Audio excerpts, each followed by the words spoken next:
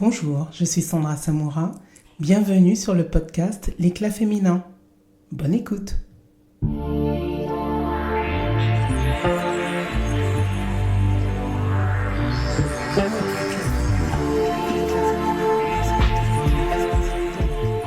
La question du jour. Comment l'expérience entrepreneuriale éclaire-t-elle notre quête de sens ? Notre invitée a suivi un parcours classique, école de commerce, spécialisation en marketing, puis 10 ans dans un grand groupe cosmétique, un chemin fluide et logique, jusqu'à son premier enfant. Cette pause, sa première véritable respiration depuis une décennie, a ouvert une brèche. Et si elle n'était pas exactement à sa place ? Le retour à l'entreprise ne s'est pas fait immédiatement. Elle a cherché ce sens, elle s'est formée, a changé de métier pour être plus alignée avec ses aspirations profondes. Et pourtant, aujourd'hui, après 2 ans d'entrepreneuriat, elle se questionne de nouveau. L'entreprise lui manque, le cadre, la structure, l'équipe, mais peut-elle y retourner comme avant ? Certainement pas. Aujourd'hui, Hélène nous invite à explorer cette question universelle. Comment trouver sa juste place ? Bonjour Hélène. Bonjour. Alors, tu es actuellement sophrologue, si je ne m'abuse. Oui. Tu t'es autorisée à emprunter ce chemin après la naissance de ton premier enfant. Cette aventure reflète ta personnalité, tes valeurs, ta singularité. Tu étais engagée sur une voie dite royale avant cette première pause. On peut dire que tu avais un parcours bien tracé jusqu'à cette première interrogation, ces premiers questionnements. Et avant cette première pause professionnelle, en fait, ce que je voudrais savoir, c'est est-ce que tu as déjà ressenti des doutes au sujet de ton parcours ou alors c'est une question qui est arrivée soudainement ? Non, avant mon premier congé maternité, je m'étais pas du tout posé toutes ces questions sur ma vie professionnelle et finalement, ma vie me convenait parfaitement. J'appréciais l'équipe dans laquelle je travaillais, l'entreprise dans laquelle je travaillais, les missions que j'avais. Donc, en réalité, mes préoccupations principales, c'était plutôt de continuer à apprendre, de continuer à monter en compétences et potentiellement de prendre plus de responsabilités au fur et à mesure des postes que je prenais. Donc, il n'y avait pas du tout d'ombre au tableau à ce moment-là. Et alors, du coup, cette pause-là, ça a été quand même soit un révélateur, soit un moment où tu t'es dit « j'ai enfin du temps pour moi ». Et je vais me poser les bonnes questions. Comment ça s'est passé ? Ouais, c'est ça. C'est que la réelle prise de conscience, elle s'est faite au moment où il a fallu trouver un moyen, un mode de garde en fait pour mon fils, pour que justement je puisse retourner au travail. Donc lui, il avait 5 mois. Et là, ça a été un déchirement. Parce que lui et moi, on avait été dans une bulle pendant ces 5 mois et d'un coup, il est arrivé dans une structure qui était une crèche avec une section où il y avait 25 bébés, il y avait 4 personnes pour s'en occuper. La première fois, on m'a fait venir au moment du repas. Donc, c'est le moment où tout le monde crie et c'est celui qui criera le plus fort qui mangera en premier. Donc, en fait, ça a été un environnement assez agressif de mon point de vue. Quand j'y suis arrivée, même si aujourd'hui j'ai beaucoup de recul par rapport à ça, mais pour moi ça avait été difficile. Donc cette séparation, elle a été compliquée, surtout pour moi, et elle s'est faite plutôt dans la douleur. Et forcément, la vie en collectivité implique aussi la découverte de ce que c'est que les petites maladies infantiles, les bronchiolites et compagnie, la fatigue des nuits qui sont très mauvaises. Donc voilà, tout ça a fait que quand je suis retournée au travail, j'ai eu l'impression que d'un coup, mon travail avait beaucoup moins de sens. Est-ce que tu... Oui, ouais. Non, vas-y. Oui, pour moi, il avait beaucoup moins de sens. Et finalement, le temps que je passais à travailler, pour moi, d'un coup, dans mon référentiel, il fallait qu'il soit beaucoup plus cohérent, beaucoup plus utile, avec une valeur ajoutée beaucoup plus importante que ça. Et en fait, je me suis rendu compte que au fond de moi, c'était plus logique à ce moment-là de passer du temps avec mon enfant plutôt que tout ce temps que je passais à mon travail, sachant que j'avais une amplitude horaire qui était quand même assez conséquente et que j'avais la crèche, j'avais même une nounou qui faisait les sorties de crèche et puis moi j'arrivais le soir à 19h et donc voilà, je me suis rendu compte qu'à ce moment-là que j'étais plus du tout j'étais plus en accord avec moi-même et j'avais plus ce sentiment d'épanouissement quand j'allais au travail parce que j'étais dans une ambivalence totale en fait. La parentalité a bouleversé un peu tous les schémas établis. Ah, complètement, Oui. Complètement. Je l'avais pas vu venir sous cet angle, mais en fait, il y a une telle responsabilité qui est arrivée sur nos épaules et je crois que je l'ai prise aussi beaucoup sur mes épaules, mon mari aussi, mais en fait, j'ai eu l'impression que c'était moi la principale concernée. Et c'est vrai que ça pèse lourd de voir ce petit être qui n'a rien demandé. C'est nous qui l'avons voulu. Et pourquoi finalement on se dit on le veut, mais en fait on va être avec lui que très peu de temps le matin, très peu de temps le soir.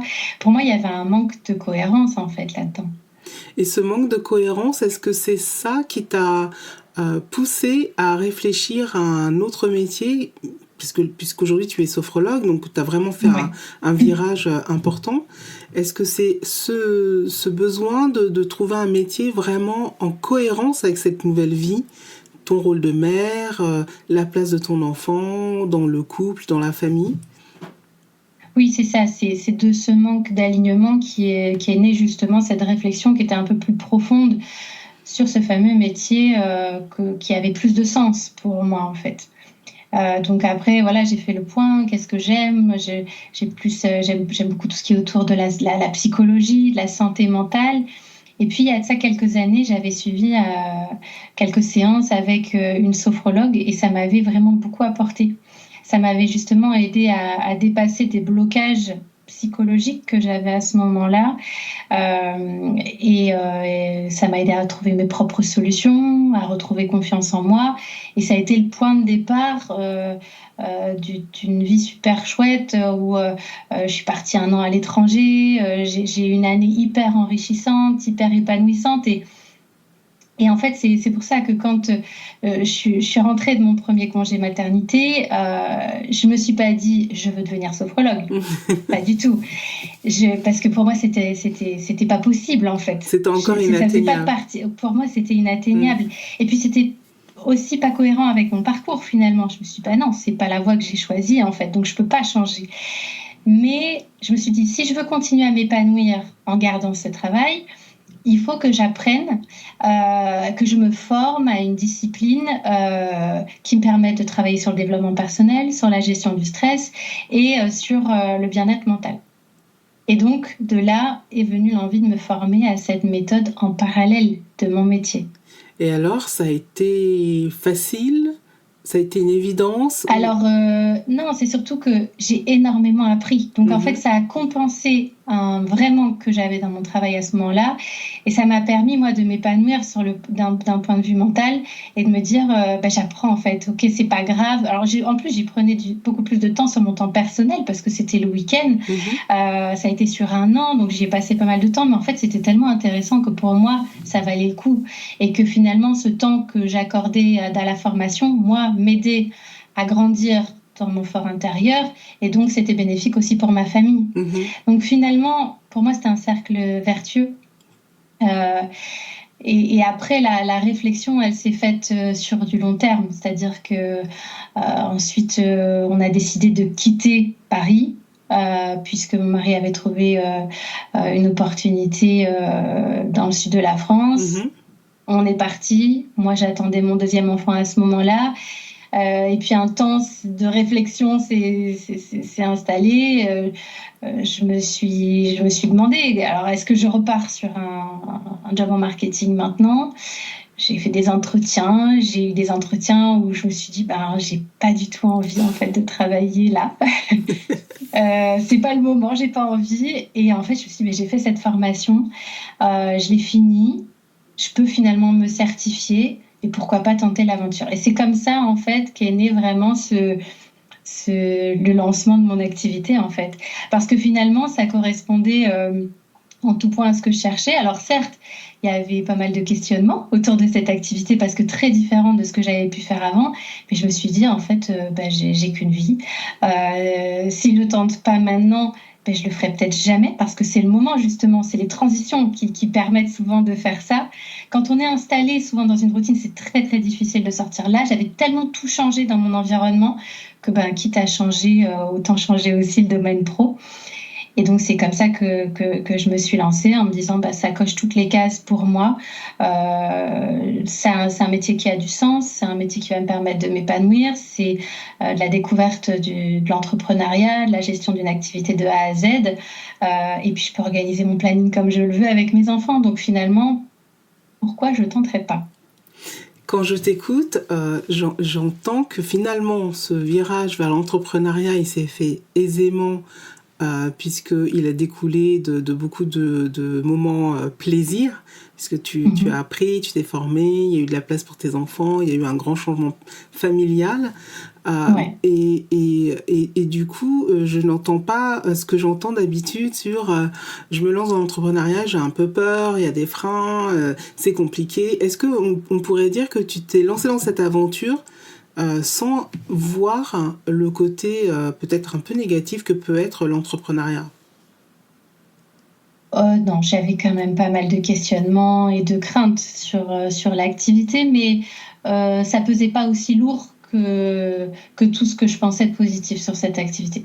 Mais forcément, je me suis demandé, je me suis dit, est-ce que c'est une bonne idée? Est-ce que est-ce que j'ai envie de me lancer aussi dans cette carrière toute ma vie? Après, je me dis avec du recul, il ne faut pas réfléchir sur du long terme à ce point. Mais forcément, j'ai eu l'impression que si je changeais de voie, c'était vraiment pour toujours. Donc forcément, c'est des questions qui m'ont... Voilà, qui sont restées dans un coin de ma tête. Et puis, et c'est vrai, j'avais aussi, c'est peut-être bête, mais j'avais un peu ce point de me dire, qu'est-ce qu'ils vont penser mes anciens collègues? Ah oui, pourquoi? Je sais pas, dans ma tête, c'était, on continue dans cette... à partir du moment où j'étais dans l'entreprise, on cherche à évoluer, à grandir, à trouver enfin, moi, en tout cas, c'était mon cas. Je cherche à avoir des nouvelles responsabilités. Et d'un coup, je fais un virage 360 dans ma carrière. Forcément, moi, je me disais, mais ils vont se dire, c'est bizarre, quoi. Mais en réalité, ça, c'est des choses sur lesquelles j'ai appris à prendre du recul. Je me suis dit, mais en fait, ce qui compte, c'est pas ce que pensent les autres, c'est surtout ce que moi, j'ai envie de faire, parce que c'est ça qui va me rendre heureux dans ma vie au quotidien. Mais oui, c'est des questions qui me sont passées par la tête. Et puis forcément, la question aussi, c'est après comment on développe cette activité, comment on trouve des clients, comment on fait que cette activité devienne viable, quoi. Et tu as parlé de prendre du recul, justement. Comment on fait pour prendre du recul? Parce que je pense que toutes les personnes qui demain veulent se lancer dans l'entrepreneuriat auront à un moment donné besoin de prendre du recul. Comment on fait? Et enfin, en tout cas, comment tu as fait pour prendre du recul? Pour moi, prendre du recul, c'est ce qu'on se disait un peu avant, c'est faire un peu le bilan de tous les pour et les contre. C'est-à-dire, aujourd'hui, mon objectif, il est quoi? Il est de m'épanouir dans ma vie professionnelle. Ça passe par quoi? Je liste les informations par lesquelles ça doit passer. Ça doit passer pour moi par un équilibre pro-perso, par une flexibilité dans mon planning, par un travail qui a du sens, etc. Et puis ensuite, c'est quoi les côtés négatifs? Et de ça, le recul, il vient spontanément en se disant, finalement, si je le pèse dans ma balance, il pèse pas si lourd que ça. Il est là, mais on peut le faire disparaître, en fait. Et moi, ça a été ma manière de prendre du recul. D'accord, donc tu as essayé en tout cas d'être la plus objective possible. Exactement. Voilà, pour pouvoir réellement te dire, oui, là c'est ok, ou là c'est pas possible, et si c'est pas possible, je négocie même pas, en fait. Il y a une évidence qui s'est imposée à toi, c'est ça? Exactement. Et j'imagine que dans cette aventure, tu as eu le soutien de ta famille, de tes amis, tes ex-collègues. Comment ça s'est passé? Oui. Alors de ma famille, oui, ça a été, ça reste de toute façon des piliers. Et c'est vrai que ma famille m'a toujours suivie dans mes aventures pro, peu importe lesquelles. À chaque fois, c'était si tu sens que c'est la bonne direction, vas-y, fonce. Que ce soit mon mari, mes parents, les gens autour de moi. Là-dessus, j'ai eu beaucoup de chance. Après, non, sur les collègues, je pense qu'il y avait quand même un grand point d'interrogation sur le sujet, mais je peux pas dire que j'ai eu du soutien à ce niveau-là, mais en même temps, j'en cherchais pas. Je pense qu'il y a toujours une curiosité de se dire, mais qu'est-ce qu'elle est devenue Est-ce qu'elle a trouvé du travail ailleurs, etc.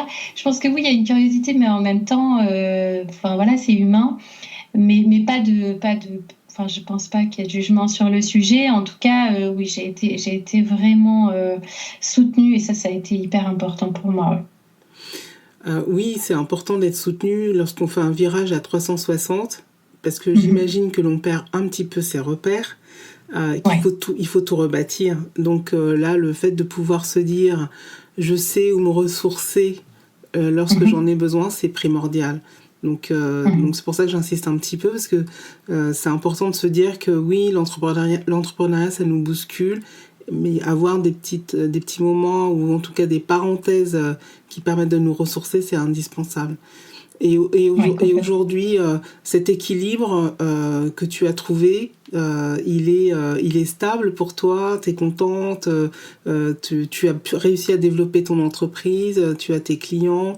En tout cas, est-ce que tu as ce que tu voulais il y a 1 an ou il y a 2 ans en arrière? Alors, j'ai appris beaucoup de choses dans cette aventure. J'ai eu la chance aussi d'avoir de super accompagnements avec des clients justement que j'ai vu retrouver le sourire, j'ai vu qui s'épanouissaient au fur et à mesure des séances. Et ça, c'est vrai que il n'y a pas de mots pour le décrire. C'est une vraie satisfaction. Et c'est avoir le sentiment d'arriver à ses objectifs. J'ai aussi pu rencontrer des personnes super inspirantes voilà, dans ce domaine, parce que c'est vrai que moi, je me suis spécialisée aussi en périnatalité. Donc, j'ai rencontré pas mal de personnes qui ont développé aussi leur structure dans ce domaine-là, donc avec des approches très différentes. Et finalement, moi, ça m'a fait du bien de rencontrer aussi ces personnes pour créer des partenariats, pour développer justement cette activité. Mais un point qui reste important à garder en tête quand on se lance dans l'entrepreneuriat, c'est aussi que certes, on apprend à découvrir nos forces, mais on apprend aussi à découvrir nos propres limites. Et ça, c'est un point qu'on peut vraiment mesurer, et qu'une fois qu'on est dans ce bateau-là, j'ai l'impression, enfin moi, j'en avais pas conscience avant. Oui. Parce que forcément, on apprend à sortir de notre zone de confort. Oui. Il faut s'adapter à un nouvel environnement. Comme tu dis, on perd complètement tous ses repères. Moi, je les avais complètement perdus. Bien sûr, l'important, c'est de se nourrir de tout ce qui est positif et de tout ce qu'on peut accomplir au quotidien quand on voit qu'on avance dans la direction qu'on s'est fixée. Mais voilà, il faut aussi mettre en avant que l'entrepreneuriat, c'est aussi faire face parfois à ses propres croyances limitantes, parfois des peurs, comme on se disait tout à l'heure, la peur de l'échec, la peur potentiellement du jugement, la peur aussi liée à des questionnements sur sa légitimité, puisque forcément c'est un nouveau métier, pour moi, c'était un nouveau métier, donc forcément, j'avais pas la bouteille que j'avais sur ma précédente expérience, donc il faut acquérir cette légitimité. Et puis, on fait face aussi à des défis, quoi. Comme on se disait, comment développer sa clientèle, fidéliser sa clientèle, et voilà. Et puis, c'est une aventure qui nous éclaire sur nos propres blocages parfois, et apprendre à trouver nos leviers, en fait, qui vont nous motiver à dépasser ces blocages. C'est vraiment une aventure professionnelle, mais profondément personnelle. Ah oui, ça c'est sûr. C'est sûr. Ça bouscule tellement, comme tu dis, ça rebat les cartes, effectivement. Et lorsque tu parles de limites, est-ce que toi, tu t'es trouvé dans cette situation où tu as été, en fait, mise devant tes propres limites, et comment tu as réussi à dépasser ça? Oui, aujourd'hui, c'est vrai que on se rend compte, enfin, moi, je me suis rendu compte que voilà, faut vraiment garder une structure tous les jours pour ne pas s'éparpiller.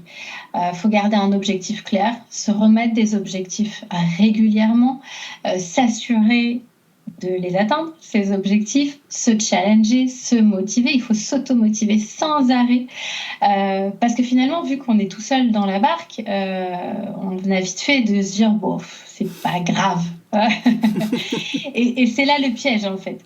Et voilà, c'est pour ça que moi, aujourd'hui, la limite que j'y vois, c'est ce côté où j'avance seule, finalement, dans ce navire. Et je sens que j'ai ce manque justement du côté où on brainstorm, on échange, on trouve des solutions ensemble, on réoriente en fonction des avis des uns et des autres. Et ça, aujourd'hui, pour moi, c'est une vraie limite. Ouais. Est-ce que ça, aujourd'hui, ce constat-là, en fait, j'entends qu'il y a du manque, ça t'interroge aussi sur la prochaine étape, en fait, pour toi? Oui. T'es en plein questionnement? Exactement. C'est ça. Aujourd'hui, je sens que justement ce côté que moi j'ai toujours connu dans l'entreprise, avec le côté challengeant, motivant, le côté collaboratif, c'est quelque chose, oui, qui me manque d'une certaine manière. Et pour moi, le plus difficile, oui, c'est ça, c'est d'avancer seul. Donc aujourd'hui, oui, je m'interroge sur comment réorienter un peu mon activité en alliant à la fois le retour à une structure, mais en gardant l'expérience que j'ai pu vivre comme une valeur ajoutée à l'expérience précédente, quoi. Donc c'est toute une réflexion. Toute une réflexion, c'est comment tout ce que je suis devenue, avec toute la richesse de cette expérience, tout ce que je suis devenue, où est-ce que je le mets demain, dans quel type d'entreprise, avec qui, parce que j'entends qu'en fait le retour en entreprise, c'est quelque chose que tu envisages réellement, a priori. Oui, tout à fait. Et comment tu fais pour te rester fidèle? Pourquoi je dis ça? Parce que comme tu viens de le dire, tu as beaucoup avancé, tu t'es enrichi, tu as changé. Tout simplement. Oui. Tu as changé. Donc, comment tu fais pour réussir à trouver l'entreprise ou en tout cas l'environnement qui sera le plus approprié pour toi? Déjà, pour moi, il faut que je sois vraiment au clair avec mes propres aspirations. Il y a un travail d'introspection qui est vraiment nécessaire et qui va au-delà de l'identification des compétences. C'est vraiment... pour moi, ça va passer par la définition de critères qui vont être clés. C'est comment je perçois demain mon équilibre pro-perso, dans quel type d'environnement je veux m'investir, est-ce que je repars sur une grande entreprise, est-ce que je pars plutôt sur un système de start-up, qu'est-ce que je veux continuer à apprendre, dans quel secteur, et puis voilà, après en fonction de ce que j'ai identifié, voir si ces opportunités, il y a des opportunités qui peuvent être alignées avec le marché finalement. Et voilà, pour moi, tout ce travail il doit passer par là, impérativement. Sinon, le risque, c'est de se dire, hop, je refais ce que j'ai pu faire avant. Et en fait, si on y est parti, c'est qu'il y avait déjà des choses à changer. Donc, l'idée, c'est pas de repartir exactement dans la même direction, c'est de prendre tout ce que j'ai appris à travers cette expérience, d'en faire un bagage supplémentaire et de me dire, voilà, demain, je suis mieux armée et je vais faire dans une direction qui est encore plus adaptée et plus cohérente à ma situation, quoi.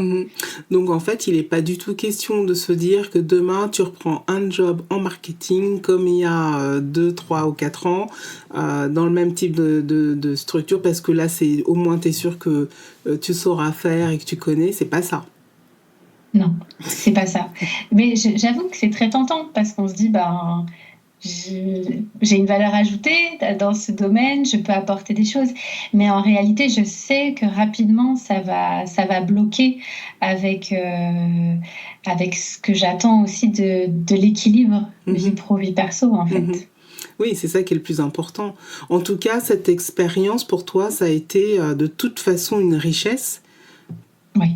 Quand je t'écoute, j'entends bien que ça a été le moment où tu t'es connecté, mais le plus.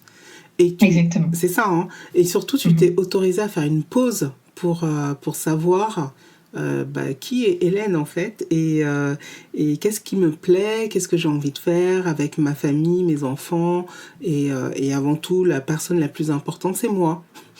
Donc Exactement. c'est pas rien. Non.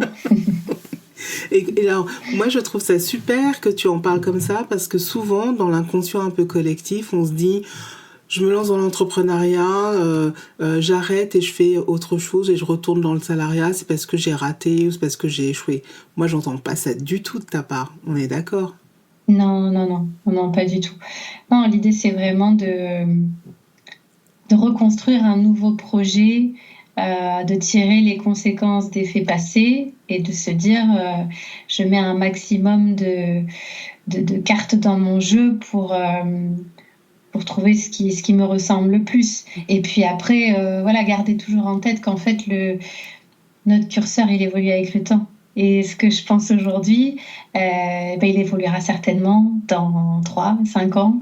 Et en fait, je pense que j'en ai encore plus conscience avec l'avenue des enfants. C'est-à-dire que les enfants, moi en tout cas, ça a été mon vécu, mais un enfant qui est bébé, pour moi, c'était vraiment important d'être très, très, très présente. Et plus il grandit, plus je sens qu'il gagne en autonomie, qu'il a moins besoin de moi et je m'adapte. Mais en fait, j'avais pas envie d'être dans le cas inverse, de se dire, ce petit enfant, il doit s'adapter. Et j'ai eu la chance de pouvoir le faire. Je sais qu'on peut pas toujours le faire, mais c'est vrai que j'ai beaucoup fonctionné comme ça. Et pour moi, je le fais aussi avec ma sensibilité. C'est que pour moi, c'est un peu un crève-cœur de me dire... allez, il va s'adapter et puis on fait comme avant, on change rien. Non, l'idée c'est que tout le monde se sente bien, à la fois les enfants, mais aussi les parents. Il y a un vrai équilibre familial à trouver, mine de rien. Oui, en tout cas, on entend bien que tu l'as trouvé, cet équilibre, et qu'il faudrait qu'il perdure dans la nouvelle expérience. C'est ça. Après, il y a l'idéal et puis la réalité, mais en tout cas, c'est bien d'avoir en tête ce qu'on aimerait au mieux, quoi. Oui, non, mais bien sûr. Et je pense que c'est un très beau conseil que tu donnes là. Et alors, qu'est-ce que tu dirais à une femme ou un homme qui se pose les questions que tu t'es posées il y a 3-4 ans en arrière, qui voulait faire une pause ou toute une remise en question, mais qui n'a pas osé franchir le pas? Tu conseillerais quoi à ces personnes-là? Je dirais que s'il y a une petite voix qui leur murmure qu'il est temps de changer ou qu'il y a quelque chose qu'il faut changer, c'est qu'il y a forcément une raison. Donc, il est important de l'écouter et garder en tête que faire un pas de côté, ça ne veut pas dire tout abandonner. Ça veut dire simplement explorer un nouveau chemin qui pourrait mieux correspondre. Ça se fait, en tout cas, ça peut tout à fait se faire de manière progressive. Ça a été mon cas. Il ne s'agit pas de tout plaquer du jour au lendemain, mais plutôt faire des petits pas et se dire, peut-être un petit pas, ça peut être, je me renseigne, je rencontre des personnes qui ont osé, j'essaie de me former en parallèle. Enfin voilà, c'est des exemples que moi j'ai vécus. Ça a mis du temps avant de se mettre en place. Mais finalement, on a besoin aussi de temps pour construire un projet, et puis surtout de se dire, est-ce que c'est vraiment la direction dans laquelle j'ai envie d'aller? Et pour moi, l'important, avant tout, c'est de se mettre en action pour ne pas se sentir frustré et finalement pour ne pas regretter, en fait. Et se mettre en action pour ne pas se sentir frustré, ça ne peut pas se faire sans être accompagné. C'est-à-dire que tout seul, c'est compliqué. C'est ce que j'ai l'impression d'entendre. Non, je pense qu'on peut. Enfin, alors, j'ai pas été accompagnée dans ma démarche sur ce changement à proprement parler. Ça a été le fruit d'une réflexion sur une longue période. Bien sûr, j'en ai parlé avec mon mari, avec ma famille également.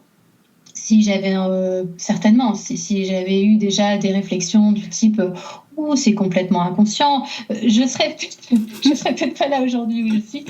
Mais c'est vrai, j'ai été accompagnée en ce sens, oui, où on m'a encouragée à suivre ce que j'avais envie de faire. Mais cette réflexion, elle s'est faite de mon côté, mais elle a pris du temps et c'est simplement que parfois, il faut s'autoriser à rêver, quoi. C'est joli.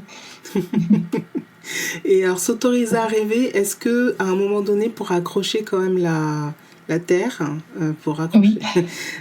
Est-ce que tu as eu besoin de confronter tes idées, tes réflexions, tes envies à la réalité, mais avec des personnes complètement extérieures à ton cercle proche? Je ne sais pas si je suis claire quand je dis ça, je n'ai pas l'impression. C'est-à-dire que quand on bâtit quelque chose de nouveau, on a plein d'idées en tête. Évidemment que nos proches, on les connaît bien, ils vont nous encourager et peut-être que des fois, il manque d'objectivité. Je ne sais pas. Est-ce que tu as eu besoin d'aller voir des personnes qui étaient complètement déconnectées de toi pour juste vérifier que ta nouvelle direction était la bonne, que tes nouvelles idées tenaient la route, etc. etc. Alors, pas véritablement. En fait, c'est vrai que j'avais suivi une formation avec des personnes qui étaient en passe de devenir sophrologue, qui venaient d'univers totalement différents, avec parfois des métiers qui permettaient d'appliquer très rapidement en fait cette profession comme des infirmières ou des professions plus dans le médical.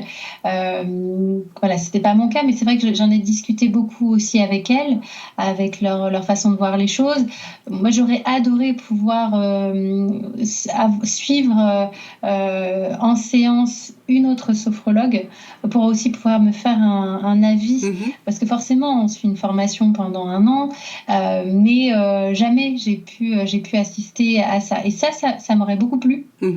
Mais c'était pas ouvert du tout.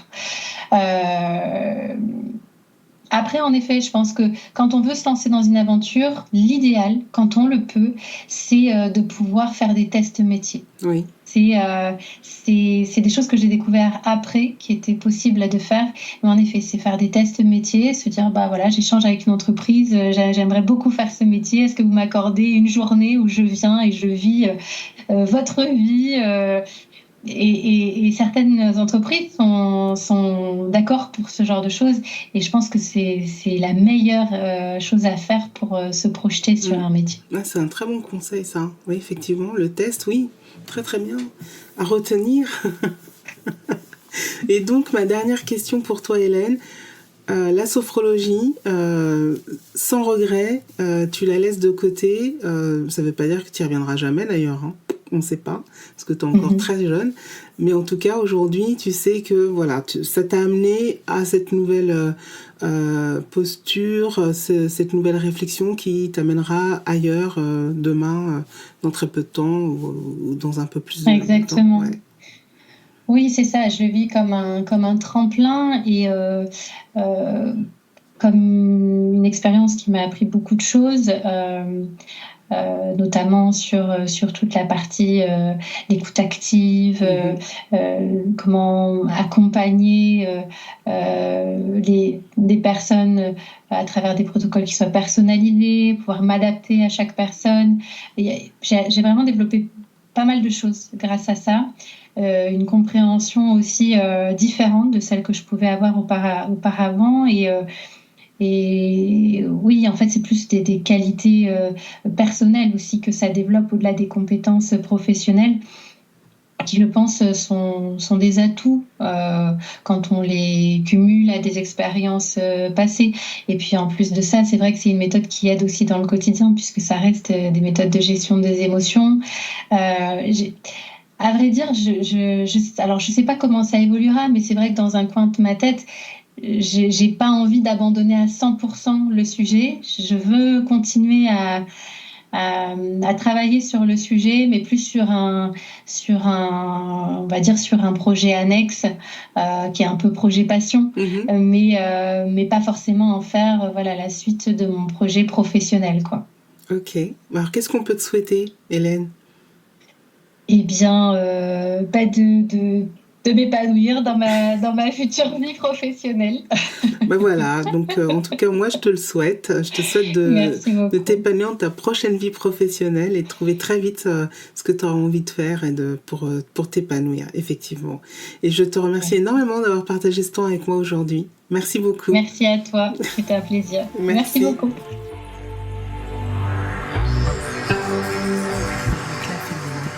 L'éclat féminin, mais c'est dans l'éclat féminin.